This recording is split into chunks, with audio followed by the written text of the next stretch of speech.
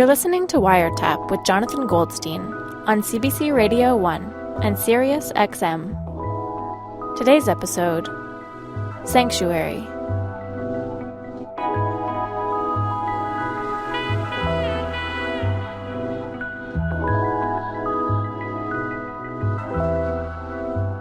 A couple days ago, I read an article from the United Press about a survey in which 35% of British adults were said to sleep with a teddy bear. A quarter of the male respondents reported taking their teddy bear with them when going away on business. Many said the bear reminded them of home. 15% of men also said they treat their teddy like a best friend, sharing with it their most intimate secrets. After reading the article, I put a call out on Craigslist for an Englishman living in Canada who sleeps with a teddy bear, hoping to hear firsthand what the deal was. Hi. Hey, Martin. Nice to see you. Thanks for having me. And so I find myself meeting Martin, not his real name, he wanted to remain anonymous, who tells me he not only sleeps with a teddy bear, but owns a whole collection of them, about 3 dozen, all with their own names. He says he's been collecting them since he's a kid and keeps them on display by his bedside. I can't wait to meet them. Oh, wow. So this is my bedroom? This is a lot of teddy bears. 35 teddy bears in here, yeah. The A-listers, as it were.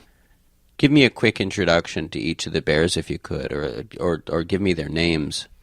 Across the top shelf here we have San Diego, Annabelle, Florence, Chimichunga, Francis, Terence, Bottlecap, Precious, Chugalugs, Muggins, James II, James III, Marie, Pedigree, Margaret Thatcher's bear, Podger, and Cheery Happy Smiles. Okay. And the one that's in the bed here, what is its name? That's Tough Love. A little rough around the edges, as you can see, but a lot of spirit in that bear. He's got a little tattoo, and he's wearing sort of like a cut-off jean vest. Kind of a Hell's Angel bear, I think it's meant to be. Is he the bear that always stays in bed, or do you mix it up a little? There are no favourites here. Every night it's a different bear. Very much about companionship, having someone to talk to, I suppose. But that doesn't talk back. They still speak. I mean, they don't speak, but they speak. You're touching your heart right now. I mean, that's where the words arrive in me. Not in my ears, in my heart. Perhaps if we take a moment now and just listen, just look at the bears, into their eyes, or not. Is something happening? Do you hear that? I don't. Is the bear saying something to you right now? Oh, you've not been out today, have you? We should get out more, go meet girls. So, about girls, how do they respond when they come over and encounter your collection for the first time? The last girl, I don't think I could describe it as delight. The experience that she had when she entered my bedroom, I think it was closer to horror, fear, perhaps.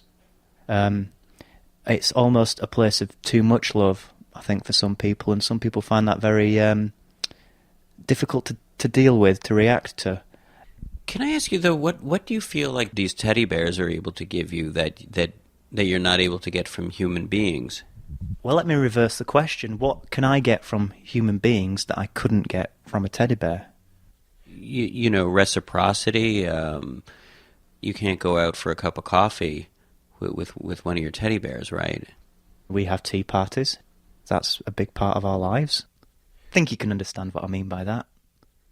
Well, I'm not sure. I guess I'm having trouble wrapping my head around it.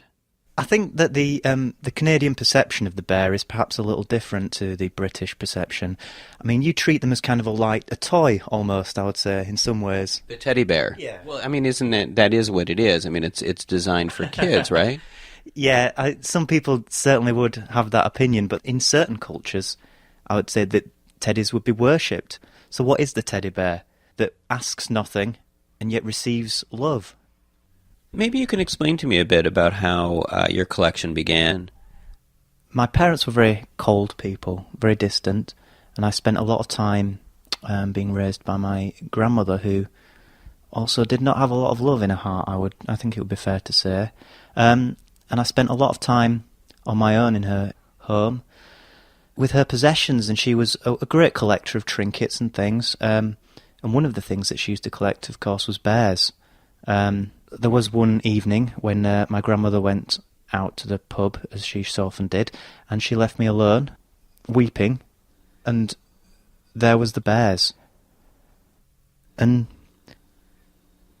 it's hard to explain, but I didn't feel alone. I wasn't alone in that room. I really actually wasn't alone in that room. And people forget that a teddy bear is a bear. It's one of nature's fiercest, biggest creatures. And I mean, it's a scary world that we live in now. And I will be the first to admit that sometimes I lie in bed terrified. But then I think about these bears, and they are bears, filling my room. And the protection that they provide me with, there really isn't anything else to come close to that. I have protection. This room, look around this room, this is true protection.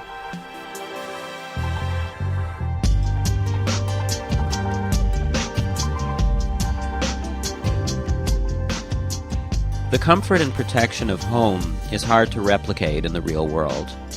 Sometimes, just being out and about makes us feel like we're running the risk of being exposed.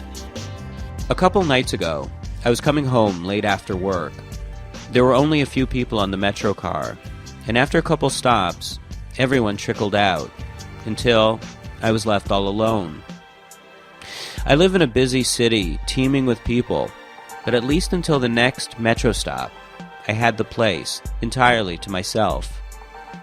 How should I celebrate this uncommon occurrence, I wondered, without any eyes upon me? How do I just fearlessly be myself? Swing around the handrail like I'm in a 1940s musical? Scream? Get naked? Swing around the handrail while screaming and naked? Of course I did nothing. But such unexpected respites from the bustle of modern city life can almost feel like a state of grace. Sometimes life just drops these moments in our lap. Other times we have to seek them out for ourselves, doing anything we can to lock out the world. So I say to him, look, I ordered all dressed, okay? All dressed means with ketchup. That's all dressed, not partially dressed, not 75% dressed. Yes, I appreciate you give me mustard and coleslaw and onions and all the other mishigas you put on there, but put some ketchup on there. Wait, what is that jingling and jangling in the background? When I get impassioned, I tend to jiggle about. And what are you jiggling about? What is that? It's my key ring. When I get worked up, I kind of fondle my keys like rosary beads. You hear like this. How many keys do you have? I don't know, a couple hundred. A couple hundred keys? What are you, like a janitor now? First of all, the word is custodian. Show some respect, son. Second of all, no, I just have a large key ring with many, many hundreds of keys on it that I carry around all day long. Okay, may I just say, as far as I know, you would have two keys, one to your front door and then one to that storage unit where you keep all your toys. Action figures are worth a lot of money, and quite frankly, I have a lot emotionally invested in them, and I won't have them mocked. You've never been supportive of my figurine collection, and you know what? I really don't appreciate it. You're jingling again. Well, you've jangled my nerves, so no wonder I'm jingling. Why all the keys? John, have you ever been out and about downtown, and the world is pressing in on you, and it's very hectic, and there are people milling about everywhere, and you just need a little private time? What does this have to do with the keys? John, for the last 12 months, I've been stealing restroom keys from around the city to every cafe, restaurant, hotel that I can find, and I keep them so that they're always available to me. You steal restroom keys? Look, John, have you ever been in a cafe and you need to use the bathroom, the washroom, the restroom, the room? Right. The boom room? Yeah, you got to use it, right? So you got to ask for the key. You have to ask permission. Excuse me, can I use the bathroom? Right? I mean, it's humiliating. I mean, they don't just give you a key. Mm-hmm. They give you a key attached to this, I don't even know, what do you call it, a dongle? And what are you supposed to do with that? It doesn't fit in your pocket. Well, that's the point. It's like a giant blaring neon sign saying, I am going to the bathroom. Look at me. Josh, no one's looking at Sometimes you. the dongle is actually a spatula. I don't want to be sitting on a toilet holding a spatula again. So my solution, is to bring my tin shears, and I just chop that baby off, and I just take the key. And then I slide it onto my key ring. So you've been spending the past few months going from public restroom to public restroom, acquiring all these keys. You make it sound so weird. It's pretty strange. It's not. It's proactive. Me and you, right? Uh-huh. We're out on the town. We're out there. We're having a great time. And then we go to a cafe. And then all of a sudden, boom, like Jack London said, right? Call of nature. I believe that was the call of the wild. Yeah, same diff. Look, the point is, you got to go. And you, Jonathan Goldstein, is going to have to get up, go over to some 18-year-old, right, who looks at you with a mixture of pity and contempt and hands you the spatula, right? And everybody knows. It's like the Scarlet Letter. But for me, I don't ask permission. I do what I want. I stride up to the bathroom, bingo, bango, free access. Bob's your uncle. You're quite the free spirit. That's the sound of freedom. That's the sound of privacy. Uh-huh. So let me look through here to give you the highlights. This key right here, this is the passport to marble and low light. Yeah, that's a hotel bathroom. That's the Holy Grail. You'll get this from me when you pry it from my cold dead fingers. I'm not going to be trying to do that. Then this key right here, that's a McDonald's bathroom. Uh-huh. And let me tell you something. You never want to use the bathroom after Grimace gets through with it. But other than that, it's pretty spacious. Okay, what else? This key right here, this is for the family bathroom at IKEA. They got a diaper changing station I like to lounge on. No, you don't. A diaper changing station, John, is the modern day fainting couch. This is the key to the executive bathroom at the CBC. That's a pearl. How did you get your hands on that? Well, remember when you invited me to that function, the anniversary of your show or something? You stole a key that evening? Yeah, the head of the CBC was there. I lifted it from his pocket. I've never even been in that bathroom. Really? I've seen Gian fixing his hair in there. Handsome man. Can I just say something? I guess. What about the poor citizenship that this speaks of? What do you mean? The fact that you've been depriving all these other people. How am I depriving them of anything? Because you've taken away the key. Look, don't worry about the other citizens, okay? Believe me, they're not worrying about you. It's not even just about the bathroom qua bathroom. Sometimes it's just about finding an oasis, right? An urban oasis in a people desert. Everybody's pressing in on you, more. Everyone wants a piece of me, right? But I just want some peace. And what do you do during these little respites? What don't I do? I clip my nails. I have a good read. Sometimes I like to get a nice thick milkshake. I don't want to drink that where people can see me, right? I want to drink that in private because everyone's always staring at me. So I retreat into my private sanctum sanctorum. To have a milkshake. Sometimes I like to have a nice peanut butter sandwich with no crust. Uh-huh. Sometimes I like to play a nice game of solitaire. And you know what? Sometimes I just like to call up a dear old friend. What is that supposed to mean?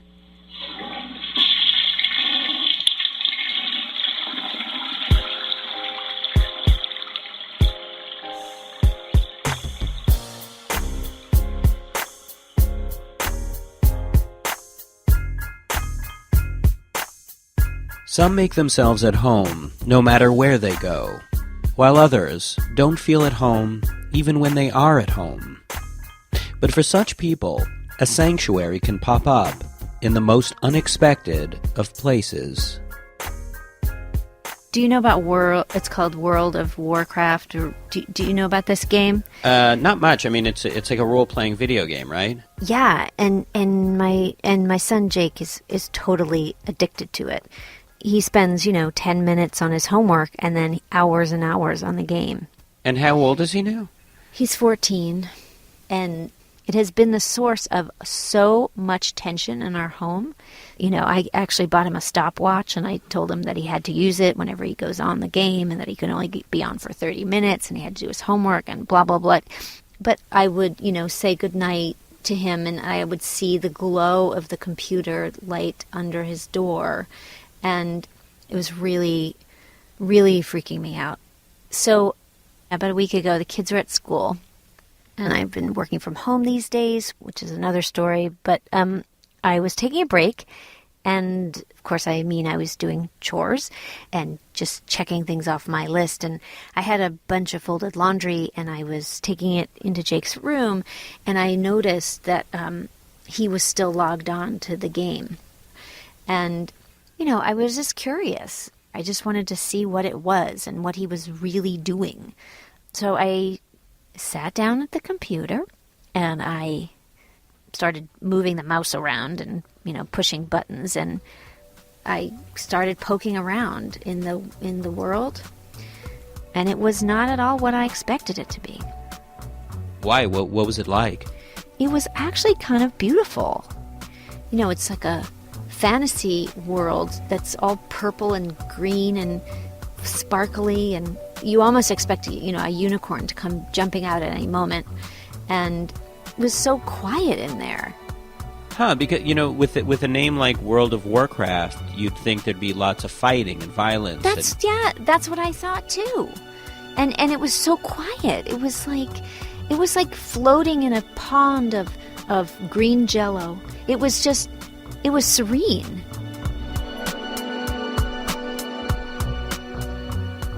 I was this little elf character, and I was walking around, and then I just sort of got caught up in it, and I come upon this little house, and it looks kind of like a fairy house, and there's smoke coming out of the chimney, and I opened the door, and first I bumped into the door because I didn't know what I was doing, and I was just pushing the buttons, but then I got into the house somehow, and there was like a little fire in the fireplace, and then I sat down, and I sat there for an hour. You doing what?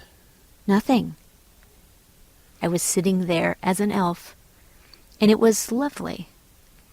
Wasn't there some kind of mission that you were supposed to be on? I mean, in these games, you're not supposed to just sit around. You know, you're supposed to be killing somebody. There's some kind of goal or something. I mean, I understand, yes, it's a game that has goals, but that's what life is. It's all about goals. It's about getting things done and checking things off the list. And the thing that I liked about this whole thing was that there was nothing to do. It was just quiet.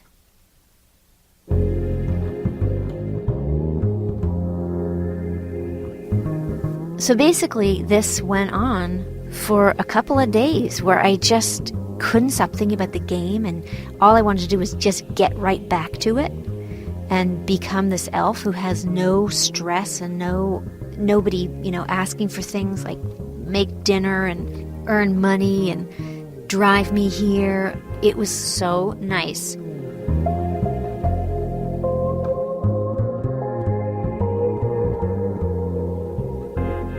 And so it's been about a week now, and every day when my life feels like it's getting a bit much, I log into that world and I just sit there in that hut. I just hope Jake doesn't find out about it, because he'd think I was such a hypocrite.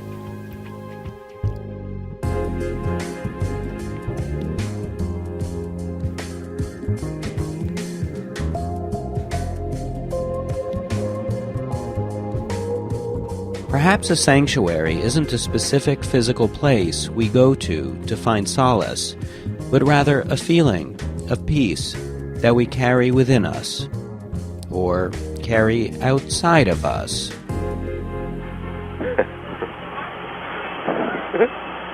Yeah, guess where I'm calling you from? I don't know. Your house? I'm at my place. Okay. So you're at home? No, I'm not at home, but I'm at my place. You haven't been institutionalized, have you? I'm at home, but I'm at my place. Howard, I don't know what you're talking about. You're outside? I'm in my MHU. Excuse me? My MHU. An MHU? What is that? OMG. You know what an MHU is? Mobile Housing Unit. What is a mobile housing unit? You know, people, they have RVs and they have Winnebagos and that kind of stuff. They have a home away from home. Right. So the concept of an MHU is basically it's a portable home. It's a portable house. Would you steal someone's RV and start driving it around as a house or something? I'm carrying a house. What? I have this house that's attached to me. What are you I've taken from nature. Look at the tortoise. Look at the armadillo. Their home is around them. A snail. Look at a hermit crab. So you're a human tortoise now? No, I'm a human being in a mobile housing unit. Where I go, the house goes. Wait a second. I've got straps. You're carrying around a house. I have a reconstructed, reinforced, insulated home where cardboard is a factor, I have plumbing that I'm working on and electricity. Let me get this straight. So you're walking around with a cardboard box over your head? I'm walking around with 3 reconstructed, empty refrigerator boxes. This thing is huge. I've got about maybe 25 square feet on this thing. Excuse me. Wide load coming through. And where are you? Walking down St. Catherine Street, just having a stroll in my home, sipping some tea.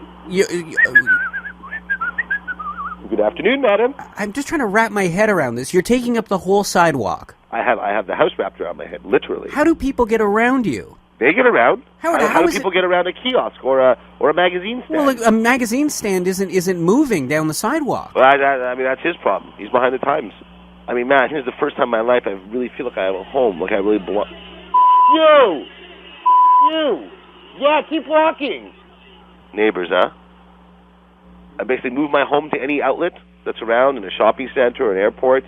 For heating, it's a little bit chilly outside. I stand over a sewer grating, and that's how I solve my plumbing problem, by the way.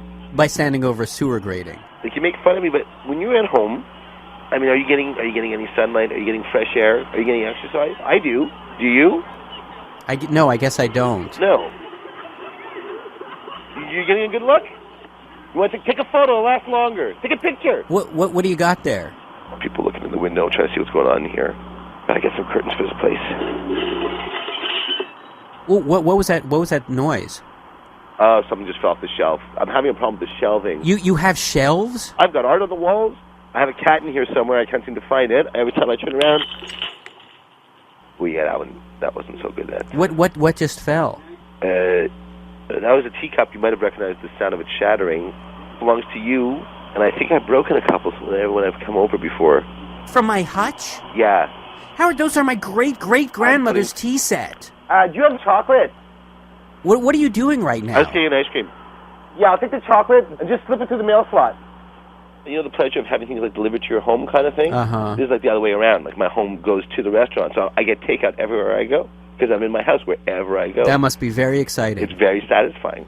It's like the whole world delivers. Howard, I'm really concerned about your mental health. I am in a place right now where I'm warm and I'm sheltered. I can move wherever I want. You going to tell me this is not the way of the future? Revolutionizing how people live? There wouldn't be rich neighborhoods or poor neighborhoods anymore. It'd be one neighborhood. You don't have to shovel a walk anymore.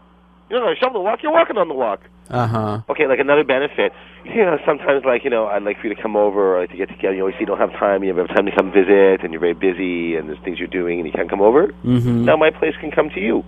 I come on into your place, and then you come on into my place. And then we hang out at my place. In my place? Or then you can stay in my place, and we leave your place, and we go someplace else, but you're still in my place. With all the amenities of home. Want to play a video game? Would you like a tea? Oh, the washroom's just in the back to the left, over that grating. So let me get this. So you come over and we'd sit in my living room in a cardboard box. I don't like that derogatory tone. Well, we'd be in a cardboard home. And for the record, This cardboard is completely coated in packing tape. Where did you get these boxes, by the by? Refrigerators come in refrigerator boxes. Right. And I need the boxes. Right. And I figured you can use the refrigerators. Wait a second. Hang on a second. You didn't have a refrigerator delivered to my house. No. I had 3 refrigerators delivered to your house. Are you kidding me? I need the boxes, and you kind of need the refrigerator. What do you mean I kind of need I don't need any refrigerators. Well, your old one got thrown out. You threw out my old refrigerator. And aren't you kosher? Now you got a meat one, a milk one, and one down in the basement for the extra stuff. What extra stuff? Like when you're having a dinner party. And actually, I'm planning to have a dinner party in my mobile housing unit next week, so I thought maybe I could use your basement fridge if it's not in the cover.